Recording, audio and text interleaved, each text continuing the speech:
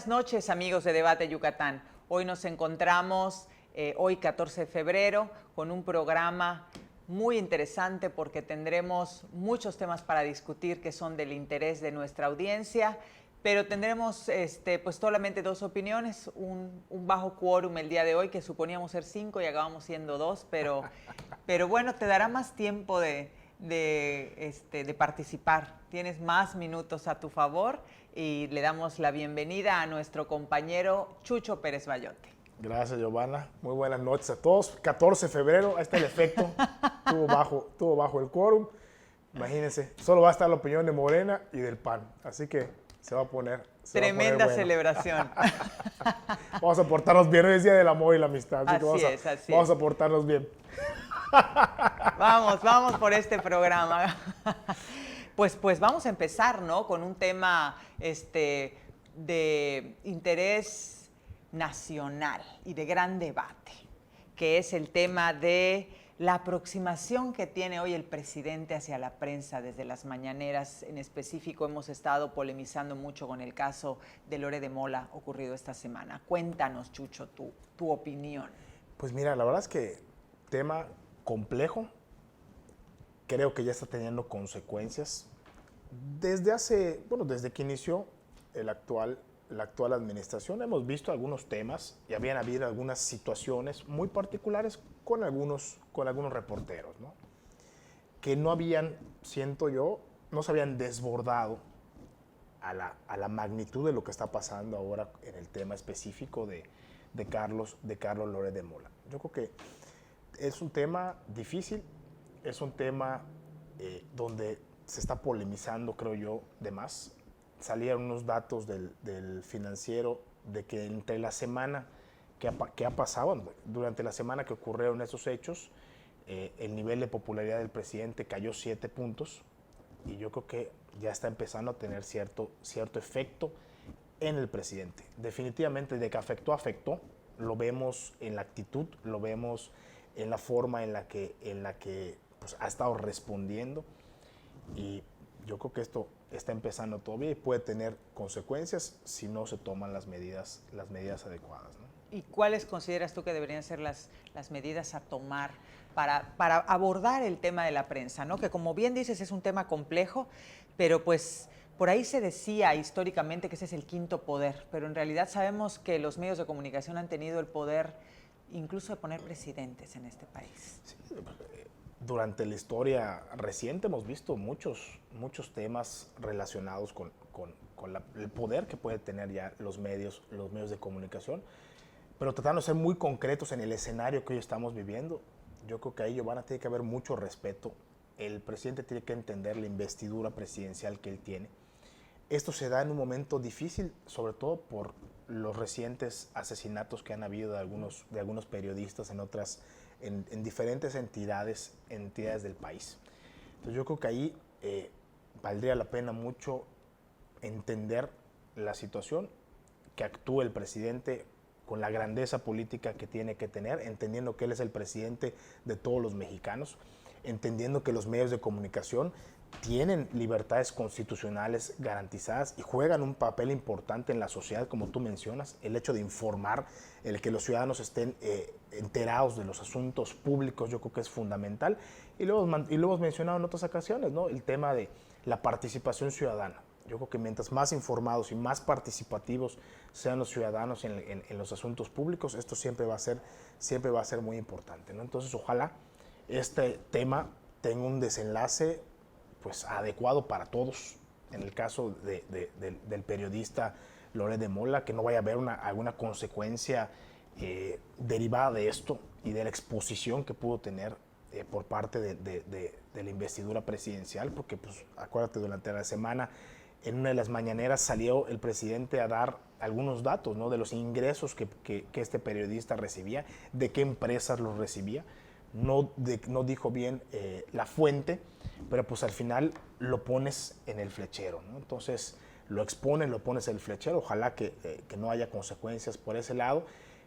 Loret de Mola, pues por supuesto, defendiéndose, alegando que pueden haber algunas situaciones jurídicas que se transgreden hacia su persona por parte de la investidura presidencial. Entonces, pues vamos a ver cómo va a venir el desenlace de la historia, ¿no? De que tocó fibras sensibles, y vamos a ver cómo va a estar la reacción del presidente en los próximos días, ¿no?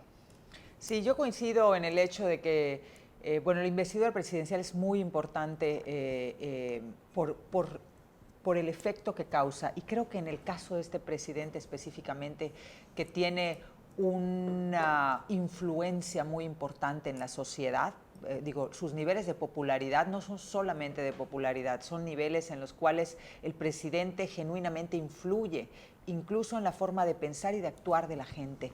Yo recuerdo, mira, hace 2 años yo estuve en el primer informe de gobierno del presidente en el Zócalo, y cuando salí del Zócalo, en una calle paralela a Madero, había un periodista que había golpeado mucho al presidente y fue víctima de un linchamiento. Yo, que siempre, bueno, mis orígenes que son están en el área del periodismo, pues entiendo muy bien lo que puede ocurrir con un periodista y el trabajo y las presiones que tiene. La gente no lo entiende y la gente estuvo a punto de linchar a este hombre. Incluso lo transmitimos en diversos medios y eso es una consecuencia que puede tener directamente. Yo no creo, porque 3 años de gobierno así nos lo indican, que hoy un periodista esté siendo coartado en su libertad de expresión. Todo lo contrario, tan no lo es que hoy tienes un hombre como Loret de Mola trabajando a diestra y siniestra, diciendo absolutamente todo lo que quiere, piensa, como lo ha hecho siempre, porque esta es la élite del poder periodístico. Entonces, en cuanto a libertad de expresión, yo creo que hoy quien está ejerciendo su libertad de expresión es el presidente. Antes los presidentes iban callados, pero actuaban por detrás. Hoy el presidente enfrenta, y yo creo que también la investidura presidencial evoluciona. Lo que se hacía en el siglo XIX no puede seguir siendo lo que marque el rumbo de un presidente. Pero sí hay que tener mucho cuidado en el hecho de que el presidente, este presidente específicamente, es una gran influencia para la sociedad, para sus seguidores y para la gente que puede no entender que una cosa es la confrontación política y otra cosa es que las personas corran algún riesgo en su integridad física, como lo vi en este caso. Yo pienso que hay que ir por el mensaje, no por el mensajero. O sea, podemos perfectamente desmontar estas mentiras porque, bueno, Loret de Mola también es un señor que tiene un prontuario de mentiras y de montajes que están perfectamente documentadas a la vista de todos. Hay gente encarcelada por él, hay gente que ha sido víctima de todo tipo de violencias y de tortura incluso a causa de él. No olvidemos que él tenía un contubernio con Genaro García Luna, quien está hoy preso en los Estados Unidos acusado de narcotráfico, y esta es la gente que le operó en los medios de comunicación. En eso estamos perfectamente de acuerdo. Ahora, en el hecho de que el presidente aborde directamente los nombres de cada uno de los periodistas y dé su opinión al respecto, pues yo respeto mucho lo que el presidente decida hacer. Sin embargo, creo que hay que irnos sobre el mensaje. Y, por ejemplo, tenemos el caso de Carmen Aristegui, ¿no? Carmen Aristegui también, la opinión del presidente respecto a Carmen Aristegui, yo pienso que está de más. Carmen es una mujer probada en materia de contenidos y de formas en el periodismo en este país. Es una institución y, bueno, hoy está haciendo el trabajo que hace, como ella lo considere, y también eso lo tenemos que respetar. Yo me iría sobre el contenido de lo que Carmen puede hoy estar transmitiendo a la sociedad, pero Carmen indiscutiblemente tiene que seguir ahí, ¿no? Claro, y ahí es donde está el debate, ¿no? Porque al final, lo que tú dices, no se les coarta la libertad de expresión. En cierta óptica se puede ver así, pero en la respuesta pues, tan de frente, con el estilo que tú dices que trae el presidente, ahí es donde algunos podrían debatir el hecho de si se coarta o no. Yo que creo aquí, el presidente tiene que entender que es una autoridad. El presidente es una autoridad. Yo, de manera muy particular y muy personal, yo no veo bien esos, de cierta forma, enfrentamientos tan directos, porque al final yo creo que eso es lo que tenemos que entender. En el esquema, en lo que lo estamos viendo, ¿okay? El sistema político, el presidente es la autoridad. Los reporteros y los medios de comunicación, pues obviamente están ahí tratando de cumplir un papel y una función que a veces, como bien decimos, ¿no? Que a veces quizás se pueda tergiversar algunas cosas o a veces podrán haber ciertos intereses por otra, pero en general, pues ellos tienen una función social también, que es el tema de dar a conocer los asuntos públicos y las cosas que pasan en este país. Entonces ahí yo creo que sí valdría la pena analizar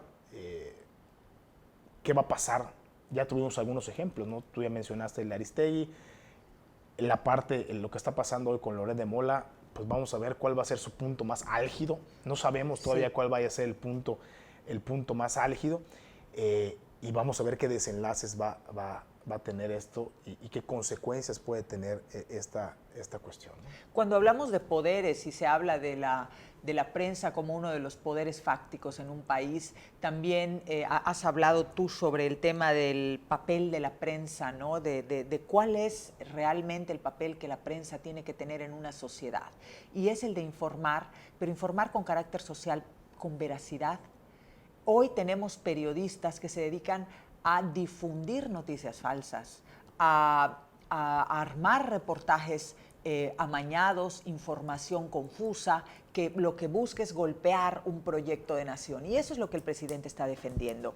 Estemos de acuerdo o no con el punto de vista del presidente y con su forma de actuar, también tenemos que exigirle a la prensa la responsabilidad social. Porque por ejemplo, la radio y la televisión son frecuencias que pertenecen al Estado y que son concesiones que se le da con la finalidad de difundir en beneficio de la población cierta información. Con ello no quiero decir que tienen que difundir ni mentiras, ni aliarse al oficialismo, ni mucho menos, pero no están cumpliendo la función social. Y ellos no tendría un presidente que venir a decirles cuál es la función que tienen, sino tendrían que asumirla pues de oficio, de entrada. Eso es así. Y por supuesto, Carlos Loret de Mola no es el mejor exponente del periodismo social que se puede, nunca lo ha sido. Y revelar los montos que este señor gana, pues evidentemente, bueno, nosotros los imaginamos, sabemos lo que se gana. Por ejemplo, en el caso de Aristegui se difundió y nunca nadie dijo absolutamente nada, que ella ganaba 3 millones de pesos con la compañía MBS.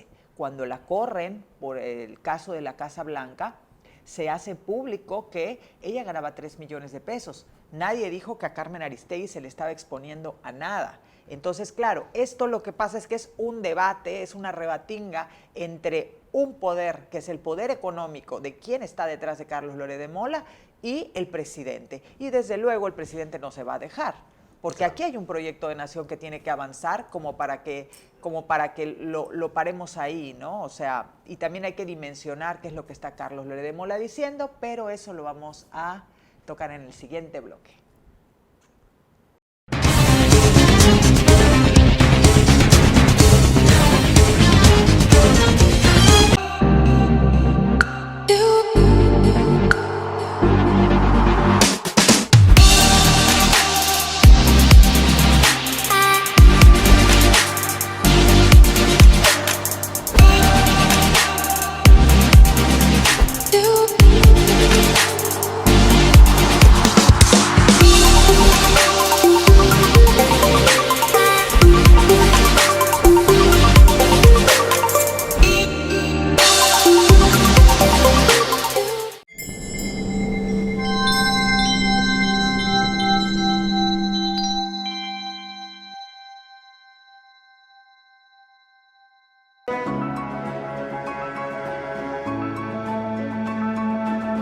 El mundo cambia a cada instante.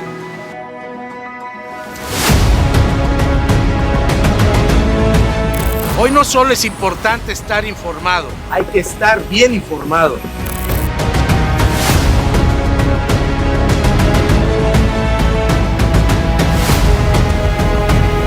En un mundo vertiginoso es importante tomar buenas decisiones.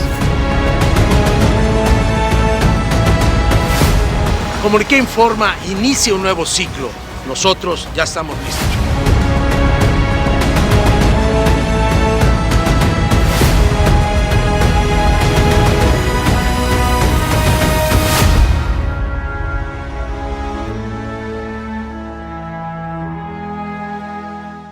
corte de cabello y auto limpio en un solo lugar, si es posible en Autolavado La Pompa 2.0. Encontrarás desde un sencillo lavado y aspirado de autos hasta el pulido de faros, hidratación de asientos, lavado de motor y el exclusivo tratamiento de ozono. Y mientras esperas, aprovecha su servicio de estética unisex para hacer de tu tiempo más agradable. No te preocupes, cuenta con todas las medidas de sanidad desde la entrada. Visita La Pompa 2.0.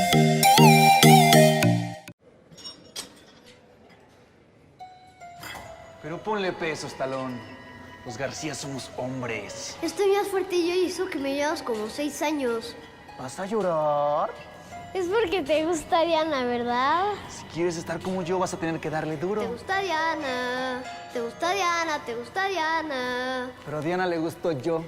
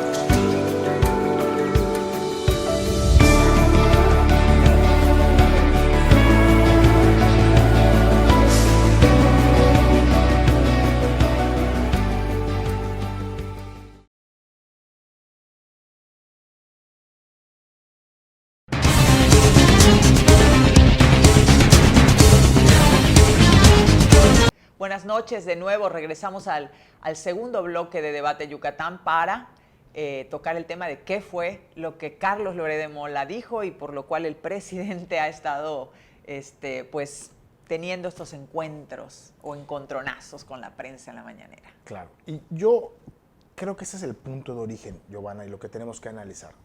No personalizar el quién lo dijo, sea Loret, sea Aristegui o cualquier otro reportero, pues obviamente son temas muy particulares. Ahora, lo que tú decías, ¿qué noticias están difundiendo? Algunas noticias falsas, algunas noticias que pueden tener algún trasfondo distinto, pero yo creo que en este caso en particular, lo que pegó y caló muy fuerte fue pues, que al final el punto de origen de esto fue el dar a conocer que el hijo del presidente de México vive en Estados Unidos y ha vivido en 2 mansiones de cierta forma lujosas, y en el caso de la última residencia donde ha estado viviendo es propiedad de una empresa petrolera que tiene contratos pues, millonarios con Pemex. Yo creo que en este punto de origen pues, la noticia es real. El hijo del presidente vivió o vive en una casa que es propiedad de una empresa que le brinda servicios a Pemex. Yo creo que ese punto de partida está muy, muy interesante. ¿Qué hay de trasfondo de esto? Pues obviamente eso ya viene siendo otra óptica o otra discusión del tema. De que se puede prestar a malas interpretaciones, por supuesto que se puede prestar a malas interpretaciones. Que pudiera haber algún favoritismo por parte del gobierno hacia esa empresa y la devolución del favor sea el hecho de la casa, pues por supuesto que se puede prestar a esa situación. Yo creo que aquí la discusión es esa, No el hecho de, oye, que si la casa cuesta $350,000 o el costo de la casa, yo creo que no va por ahí. Porque al final, pues el señor, como tenga sus ingresos, ahí se salió a decir que es asesor jurídico de una empresa americana. Sabemos, y es de dominio público, que la esposa, pues desde hace varios años trabaja en una empresa también petrolera multinacional. Yo creo que no, el debate no debe ser por ahí, si tienen o no para tener ese nivel de vida, que sí, efectivamente disvaría mucho de lo que el presidente, pues obviamente nos ha dicho día a día. Yo creo que el debate se tiene que centrar en lo que te planteaba al principio, que es, ¿hay o no hay un conflicto de interés en esa cuestión, ¿no? Claro. Mira, en este caso, pues yo creo que ninguno de los miembros del partido Morena, ni ningún simpatizante del presidente, tenemos por qué salir a defender a la familia del presidente. Creo que ellos pueden explicarse y aclarar estos temas, ¿no?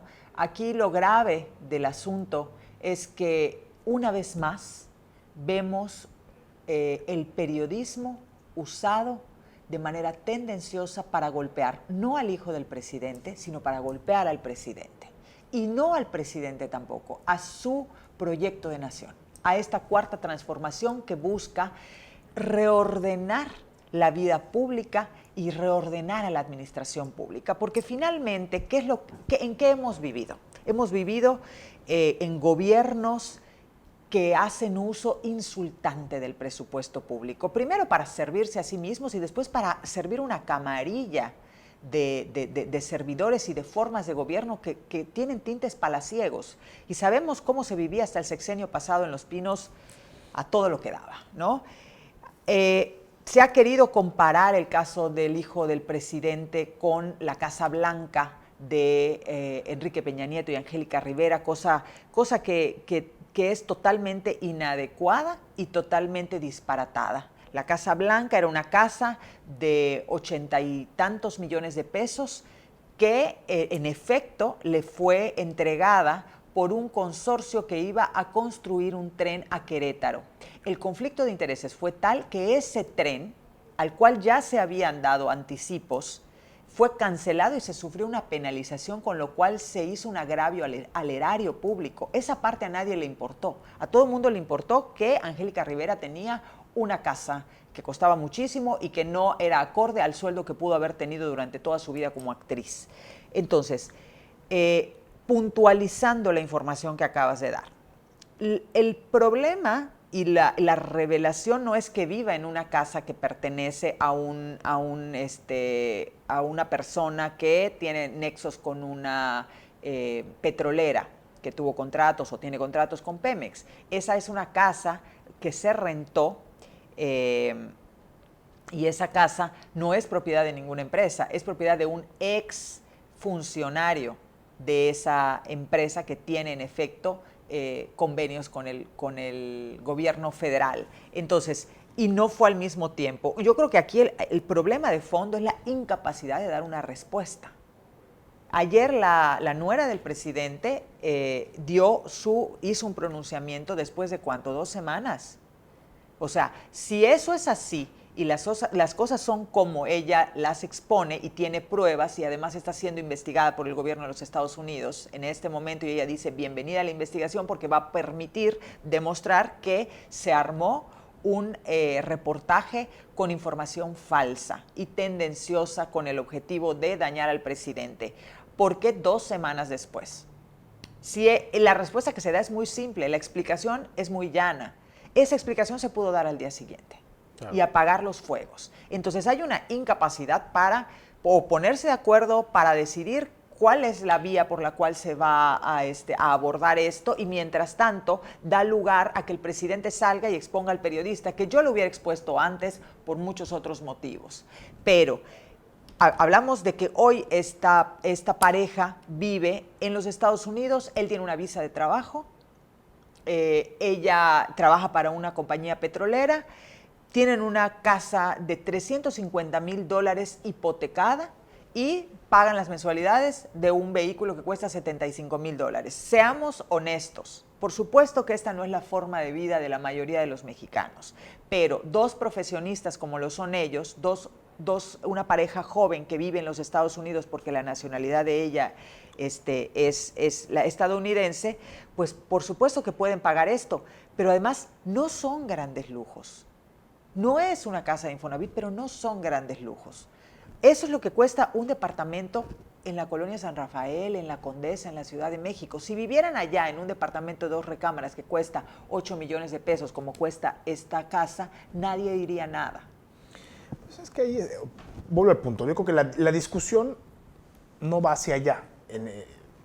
No son tantos, pues la verdad es que, como tú dijiste, ¿no? La mayoría de los mexicanos, claro, desgraciadamente, no tienen. Pero la mayoría de los mexicanos tampoco tienen la profesión que tiene ella, ni son asesores de una compañía petrolera, ni trabajas para, o sea, ni tienes un título profesional que te permite tener una visa en los Estados Unidos. O sea, no son la vida de la mayoría de los mexicanos. Definitivamente, pero ahí yo creo que tú tocaste el punto clave. Yo creo que la discusión no es si tienen o no tienen para pagar ese nivel de vida. Yo creo que no debe ser por ahí la discusión. Como tú dijiste, son profesionistas. La esposa es una profesionista que durante años ha trabajado en una empresa transnacional. Yo creo que el fondo de esto es lo que se percibe con la información que ha salido. Y tú fuiste muy clara. Las respuestas. Si desde el principio aquí la situación era tan sencilla, ¿por qué tardar tanto en salir a dar una respuesta? Y la respuesta, como tú dijiste, fue muy sencilla. O sea, que ella salga a decir, óyeme, yo renté la casa y no sabía de quién era, pues ahí está. Si la gente le va a creer o no le va a creer, pues ahí está, ¿no? Que el presidente salga a decir, óyeme, yo soy abogado de una empresa en Estados Unidos, pues ahí está. Pero la respuesta desmedida por parte del Ejecutivo, del presidente, tan...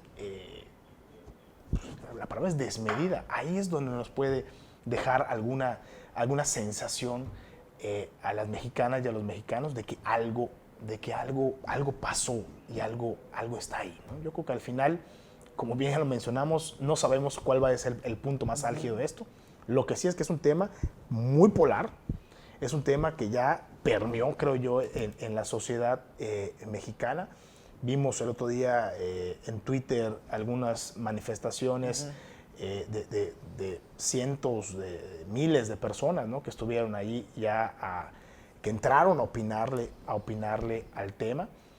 Y yo creo que pues vamos a ir viendo cómo se va a ir comportando esto con el paso de los días, independientemente de que pueda haber alguna denuncia por parte de Loret por el tema de la exhibición de ciertos datos, ciertas cuestiones, el probable utilizamiento del aparato público para acceder a cierta información que pueden ser datos personales, y vamos a ir viendo también cómo vayan a reaccionar las otras fuerzas políticas, porque al final pues hay otros actores, ¿no? Los diferentes partidos que en un momento dado pueden entrar algunas denuncias o algunas situaciones para investigar algún probable conflicto de interés, ¿no? Yo creo que si hay algún tipo de ilícito en esta actuación, habría que proceder, pero también creo que Loret de Mola, por ejemplo, expuso las propiedades, también con unos precios un poco inflados y tendenciosos, de John Ackerman, quien no era un servidor público. Y justamente la denuncia de John Ackerman es: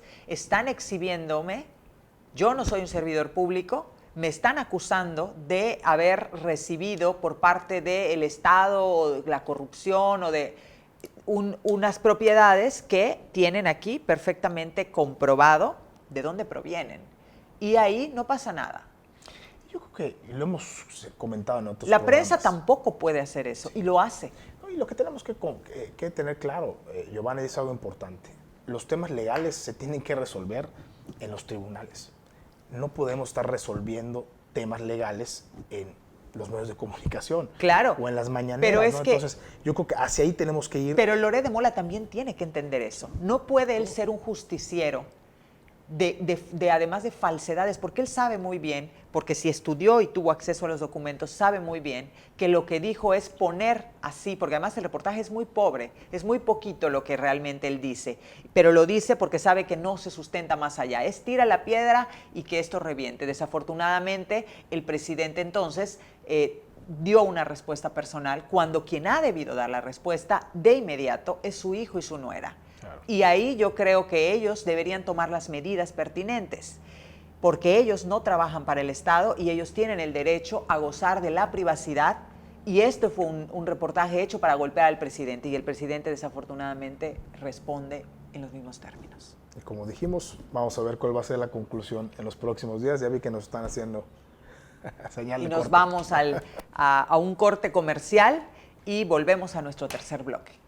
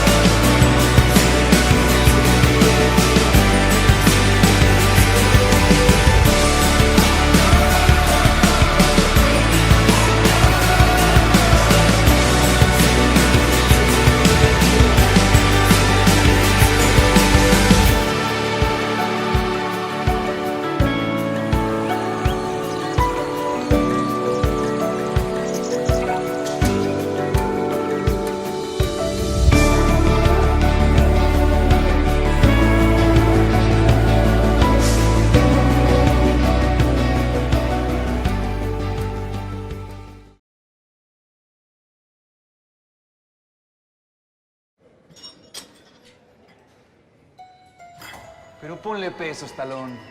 Los García somos hombres. Estoy más fuerte yo y eso que me llevas como 6 años. ¿Vas a llorar? Es porque te gusta Diana, ¿verdad? Si quieres estar como yo, vas a tener que darle duro. Te gusta Diana, te gusta Diana, te gusta Diana. Pero a Diana le gustó yo.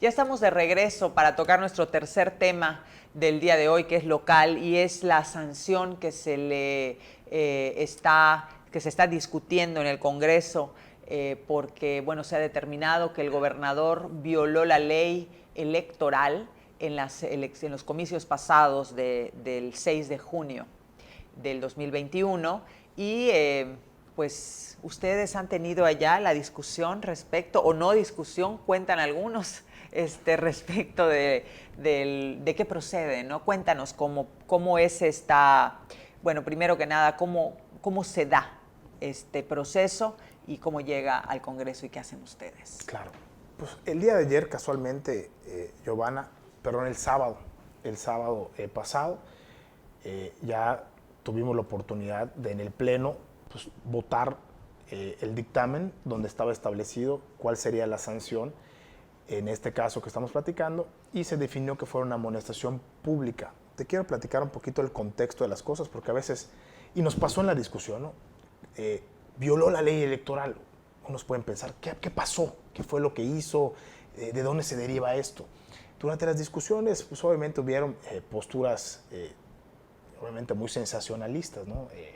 Algunos compañeros del partido de Morena hablaban de fraude electoral, de delitos electorales. Algunos compañeros de otros partidos hablando de la intervención del Ejecutivo en las elecciones. Cuando escuchas esto, asusta.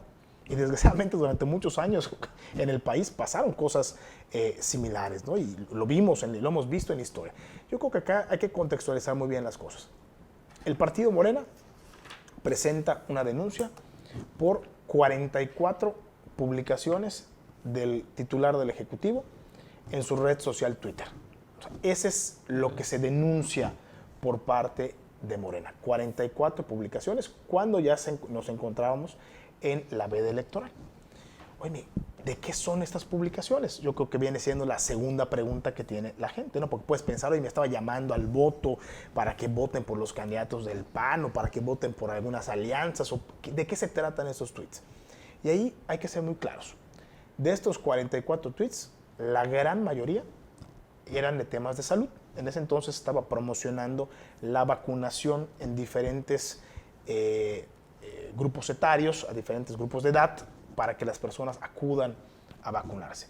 De esos 44 tweets, yo creo que es muy importante lo que definió el Tribunal Electoral. Hubo la denuncia, el Tribunal Electoral local analiza y decide que de esos 44, 8 son sujetos a sanción. O sea, esos 8 sí, de cierta forma, infringieron la normativa electoral.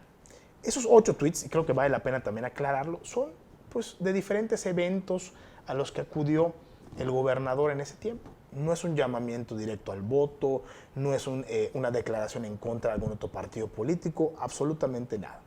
Hasta ahí. ¿Cómo vamos en el proceso? La denuncia.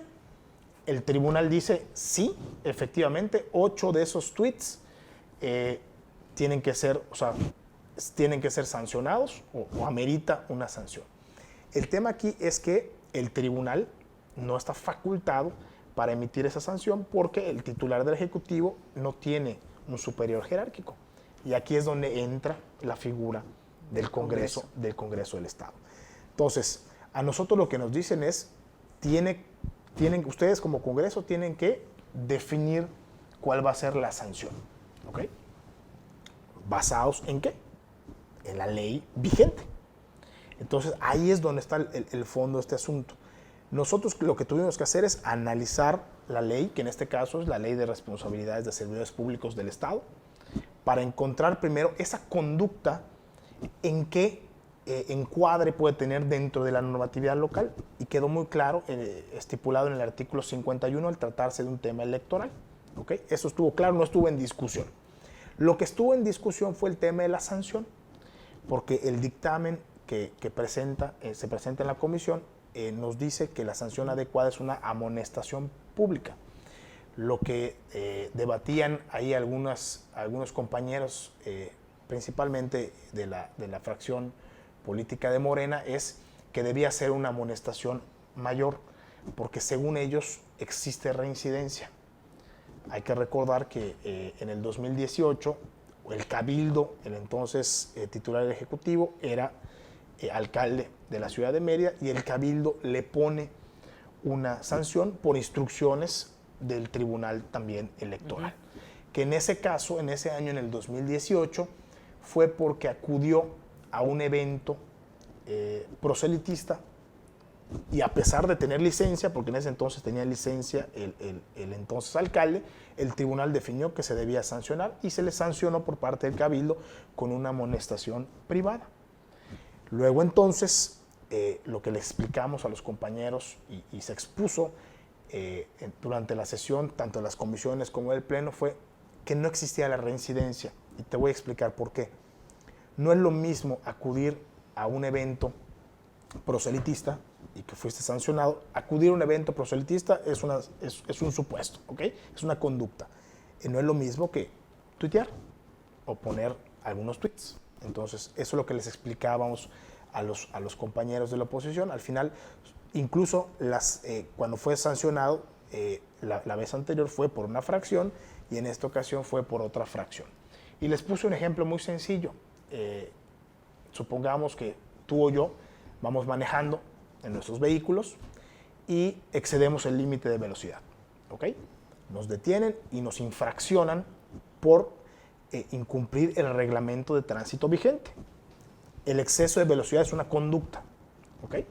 Supongamos que 3 años después, cualquiera de nosotros, en otro vehículo, está manejando sin el cinturón de seguridad y nos detienen, nos infraccionan, ¿ok? También es una falta al mismo reglamento, pero son conductas distintas. Ahí es donde les explicamos que no existía reincidencia. Y la verdad, creo que quedó bastante clara esa cuestión. Al final, realmente del Pleno, de las 8 fuerzas políticas que están representadas en el Congreso, todas, a excepción de Morena, votaron por esta sanción que se puso, que en este caso es una amonestación pública. ¿Y en qué consiste esa amonestación pública? El día sábado se acudió a las oficinas del titular del Ejecutivo por parte de la presidenta de la mesa con el secretario general, y ante 2 testigos se le entrega la notificación que tiene efecto de esta amonestación pública. En eso consistió. O sea, nada. Pues no es nada, es que al final Nada. La ley es muy clara. Tenemos la amonestación privada, otra opción que nos da la amonestación es la amonestación O sea, ya pública. pasó de privada a pública. Pasó de privada a pública. Otra opción es que pudiera haber alguna inhabilitación, alguna destitución, alguna suspensión de sus labores. Entonces, pues yo creo que ahí lo que tenemos que tener claro es qué se hizo y cuál fue la consecuencia. 8 tweets, una amonestación pública. De manera personal lo considero algo acorde, proporcional, y pues al delito. así está la ley, que no es delito. No es delito. Mira, el punto aquí es, si una vez te pasaste la velocidad y la otra no te pusiste el cinturón de seguridad, al final de cuentas estás infringiendo la ley. Y aquí se trata de que están infringiendo la ley. Hay un dato que el gobernador da en su informe de gobierno, que es que dentro de sus acciones sociales hizo reparto de huevo y pollo. Durante la campaña, la gente reportaba que venían a entregar huevo y pollo, que les pedían sus documentos y los hacían en una lista y semanalmente les iban a dar huevo y pollo. Y eso lo reportamos como una intervención por parte del Partido Acción Nacional, infringiendo la ley. Y en esta oportunidad el gobernador incluso lo pone en el presupuesto de lo que él dio durante, de lo que dio durante el año, ¿no? En tiempos electorales. O sea, la intervención por parte del Ejecutivo en cuestiones electorales es una vocación. Esta es la segunda ocasión. Y el hecho de que si existen, no sé, 10 tipos de infracciones o infracciones, perdón, y tú hoy violaste la 2 y mañana violas la 8, pasado mañana vas a violar la 6, no significa que no la estés violando. Es una acumulación simple y sencillamente de distintos tipos de delito.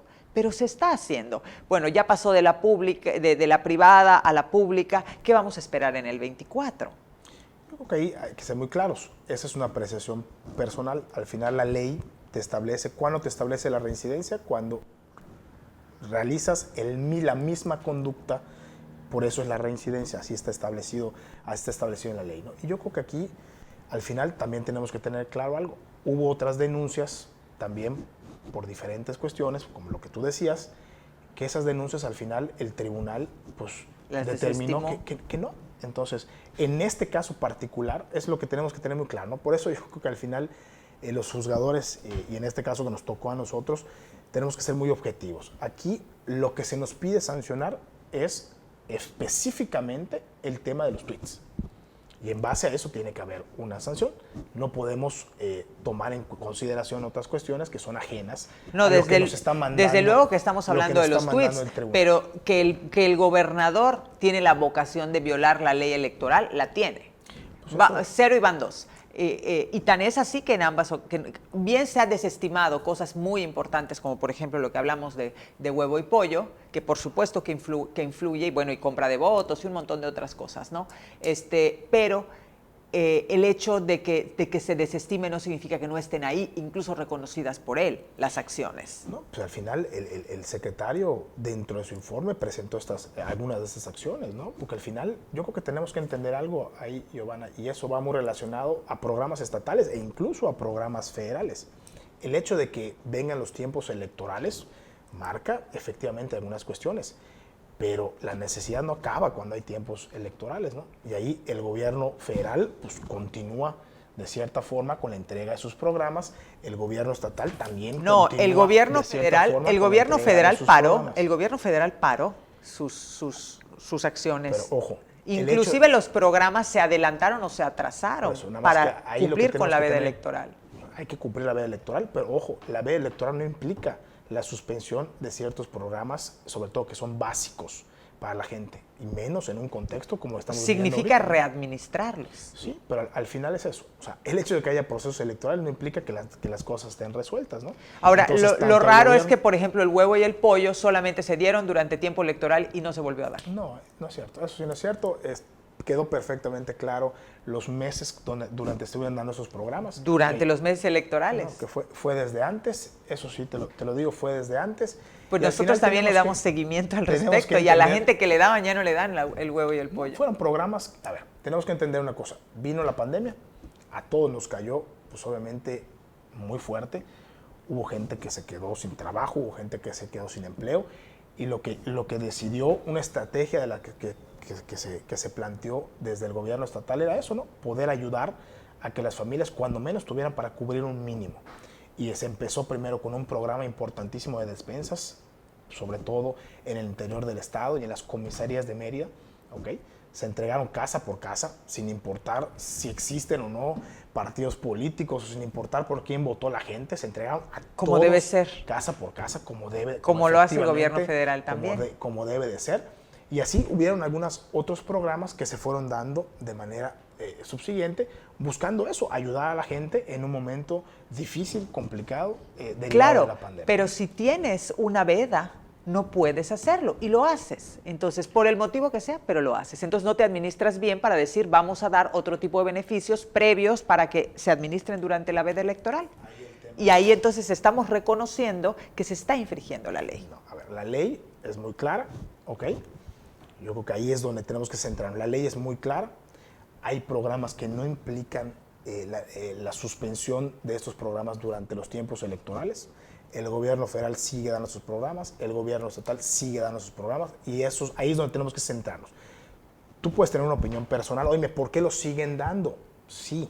No, pero al final la se opinión trata de personal cumplir es o no cumplir con por la qué ley. exclusivamente durante la veda electoral se dio el huevo y el pollo. Que eso no fue así. Pero Tenemos que ir a un comercial para regresar con nuestro último bloque.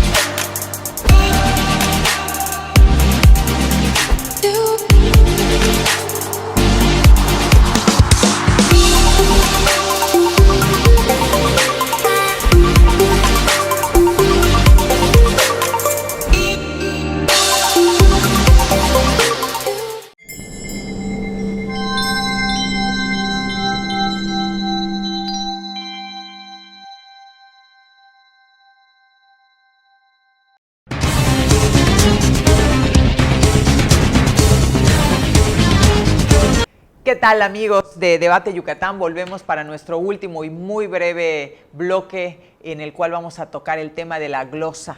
Y pues ahí de nuevo entra el Congreso. Cuéntanos, Chucho. Se puso bueno el anterior, ya nos robamos el tiempo de otro bloque. Pues la verdad, la semana pasada se dio el desahogo de la glosa. Para que la gente conozca un poquito de esto, el gobernador y el Ejecutivo Estatal presentan cada año, tienen la obligación legal de cada año presentar un informe de cómo vamos avanzando en base al Plan Estatal de Desarrollo. Este documento se entrega el tercer domingo del mes de enero y la propia ley también nos marca que durante el mes de febrero tiene que venir el desahogo de la glosa. ¿Qué es esto? El análisis por parte del Congreso de la información que nos presentó el Ejecutivo en este caso. Entonces, durante la semana pasada estuvieron compareciendo varios funcionarios, se dividió en cuatro bloques el desahogo, y en cada uno de los bloques fueron compareciendo diferentes tipos de funcionarios. En el bloque 1, por ejemplo, que fue el de gobernabilidad, tuvimos a la secretaria general de gobierno, al fiscal del Estado, al secretario de Seguridad Pública. En el bloque que fue relativo al desarrollo humano, tuvimos al secretario de Salud, tuvimos al secretario de Educación, a la secretaria de Desarrollo Sustentable. En el bloque relacionado a temas económicos, a la secretaria de Turismo, al secretario de Fomento Económico y de Obras Públicas, y por último, el bloque de Desarrollo Social, estuvo el de Desarrollo Social y el de Desarrollo Rural. Este ejercicio se hace ¿para qué? Para que los diputados puedan hacer preguntas de algo que no les haya quedado claro de la información que presentó el Ejecutivo. ¿Y ustedes cuándo tendrán una respuesta final sobre esta glosa del informe del gobernador? Pues mira, casualmente la propia ley marca el desahogo de estas comparecencias. Después de las comparecencias ya hubieron algunas sesiones de conclusiones. Ahí cada partido político representado en el Congreso plantea pues qué fue lo que vio en la glosa, ¿no? O sus conclusiones. El análisis. Del análisis de este tema, ¿no? En el caso de Acción Nacional, a mí me tocó presentar las conclusiones casualmente del primer bloque, del bloque de gobernabilidad, y las conclusiones en este caso fue que, por ejemplo, en materia de seguridad, en materia de justicia, en materia de gobernabilidad, pues vamos por buen rumbo, ¿no? Definitivamente pueden haber algunos retos, algunas cosas que en las que todavía se tiene que mejorar y que todavía se tiene que trabajar, pero afortunadamente en este tema tan prioritario que es la seguridad, vamos bien. Y esto, por supuesto, reconocer... ¿Qué no significa seguridad en este caso? Pues, no hablemos exclusivamente del... Claro. ¿Qué significa seguridad? Pues al final... la percepción de los ciudadanos, si se sienten o no se sienten seguros, que esto obviamente... En esa vamos mal, ¿no? Porque... No, al contrario, somos el primer lugar nacional en percepción de seguridad. Somos el primer lugar nacional con menor incidencia de delitos graves, secuestro, homicidios y varias cuestiones. Somos el primer lugar nacional en el cual las mujeres se sienten más seguras. Que esto al final son indicadores macro, ¿no? ¿Qué nos quiere decir? Pues que de cierta forma, en lo general, yo creo que vamos bien en esta materia. Ok, pues yo creo que ya se nos acaba el tiempo. Chucho ya nos expuso su posición del Partido de Acción Nacional respecto pues al informe del gobernador, del tercer informe de gobierno. Y bueno, la próxima semana continuaremos platicando para que nos cuenten, Chucho, y esperamos que nuestro compañero Gaspar se encuentre aquí también para comentarnos su opinión y la opinión de su bancada en relación a pues el informe de gobierno, ¿no? ¿Cómo lo ven? ¿Y qué dictamina cada uno? Así es. Muchísimas gracias y bueno, hemos terminado hoy esta emisión. Los esperamos el próximo lunes aquí en el canal 77 de Easy, su servidora Giovanna Campos y mi compañero Chucho Pérez Bayote. Muchísimas gracias y buenas noches.